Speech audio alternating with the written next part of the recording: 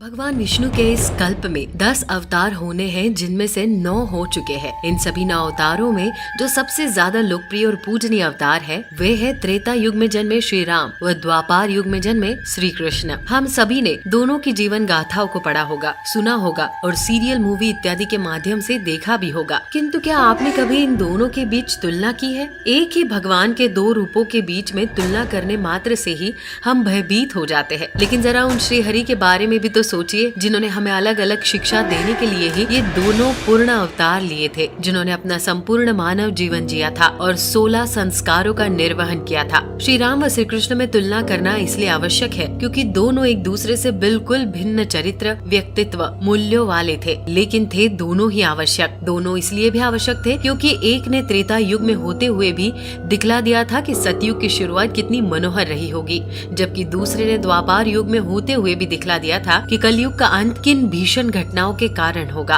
अब इसे समझ भी लेते हैं, लेकिन उससे पहले यदि आप हमारे चैनल पर नए हैं तो चैनल को सब्सक्राइब अवश्य कर दें और नीचे दिए गए बेल आइकन को दबाना न भूलें ताकि हमारे नए अपडेट्स आपको मिलते रहे। सबसे पहले बात करते हैं मर्यादा पुरुषोत्तम श्री राम की। भारत के सबसे बड़े राज्य अयोध्या के महाराजा दशरथ के सबसे बड़ी रानी कौशल्या के पुत्र व अयोध्या की प्रजा के सर्वाधिक प्रिय श्री राम के अगले दिन भोर होते ही राज्याभिषेक की तैयारियां चल रही थी। पूरी अयोध्या की प्रजा में इतना उल्लास था कि संपूर्ण नगरी रात भर नहीं सोई। सुबह होते ही श्री राम को कुछ अनहोनी होने का अंदेशा हुआ तो वो अपने पिता के कक्ष में गए। दशरथ ने सारी बात बता दी और कहा कि तुम विद्रोह कर दो और राज सिंहासन ले लो। तुम अयोध्या की प्रजा के साथ साथ सैनिकों के भी प्रिय हो, इसलिए संभाल लो अयोध्या का राज सिंहासन। श्री राम के पास एक और अयोध्या का सुगम राज सिंहासन था और उसका विरोध करने वाला कैकेयी और मंथरा के अलावा और कोई नहीं था, कोई भी नहीं, स्वयं उनके पिता भी नहीं जो वचनों से बंधे थे। किंतु श्री राम ने अपने पिता की आन की खातिर सहजता से 14 वर्षों का कठिन वनवास चुना और सभी सुखों का त्याग कर अपने जीवन के 14 वर्ष वन में बिता दिए। अकेले नहीं गए, साथ में गई उनकी पत्नी सीता और छोटा भाई लक्ष्मण। वनवास केवल श्री राम को मिला था, लेकिन अपने पति और भाई की सेवा करने का दायित्व उन पर था। लक्ष्मण को इतने व्याकुल थे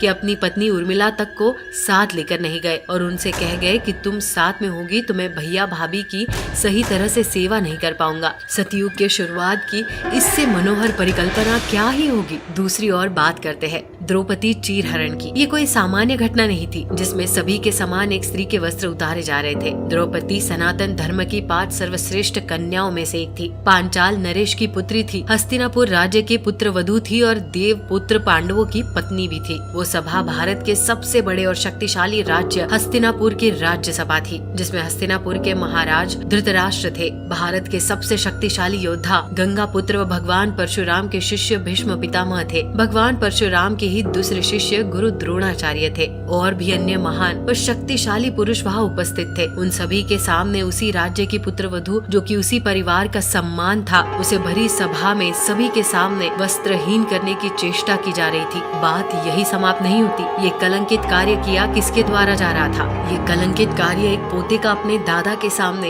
एक पुत्र का अपने पिता के सामने, एक शिष्य का अपने गुरु के सामने और एक भाई का अपने ही भाइयों के सामने ही उनकी पत्नी व अपनी भाभी को नग्न करने का प्रयास किया जा रहा था। कलयुग के अंत की इससे भीषण परिकल्पना क्या ही होगी। दोनों अवतारों की एक एक घटना पर और नजर डालते हैं। श्री राम के एक भाई थे भरत, ना ही सगे भाई थे वो, ना ही चचेरे, अपितु सौतेले थे। श्री राम के वनवास और अयोध्या में हुए घटनाक्रम से अनभिज्ञ थे। जब अयोध्या पहुँचे तो सब घटना का ज्ञात हुआ। उनके माँ कैकेयी ने उनके सामने अयोध्या का विराट राज सिंहासन रख दिया। विरोध करने वाला भी कोई नहीं था, क्योंकि श्री राम वहाँ की प्रजा और सैनिकों से वचन लेकर गए थे कि भरत के राज सिंहासन में कोई आड़े नहीं आएगा और ना ही कोई इसका विरोध करेगा। भरत के लिए अब मार्ग बहुत आसान था। वे आसानी से अयोध्या के राज सिंहासन पर बैठ सकते थे और सत्ता का सुख भोग सकते थे। लेकिन उन्होंने क्या किया ये हम सभी जानते हैं। उन्होंने उसी समय अपनी माँ कैकेयी का हमेशा के लिए त्याग कर दिया, अयोध्या का राज सिंहासन ठुकरा दिया और पैदल ही अपने भाई श्री राम को वन में लेने दौड़ पड़े। जब वे नहीं लौटे तो उनकी खड़ाऊ लाकर राज सिंहासन पर रख दी और अयोध्या के निकट एक वन में अपनी कुटिया बनाकर रहने लगे। लगे। उस कुटिया में भी अपने सोने के स्थान को एक गड्ढा खोदकर नीचे की ओर बनाया ताकि उनका स्थान हमेशा अपने बड़े भाई श्री राम से नीचा रहे। दूसरी ओर श्री कृष्ण की माँ देवकी के सगे भाई कंस थे। आज ही उनकी बहन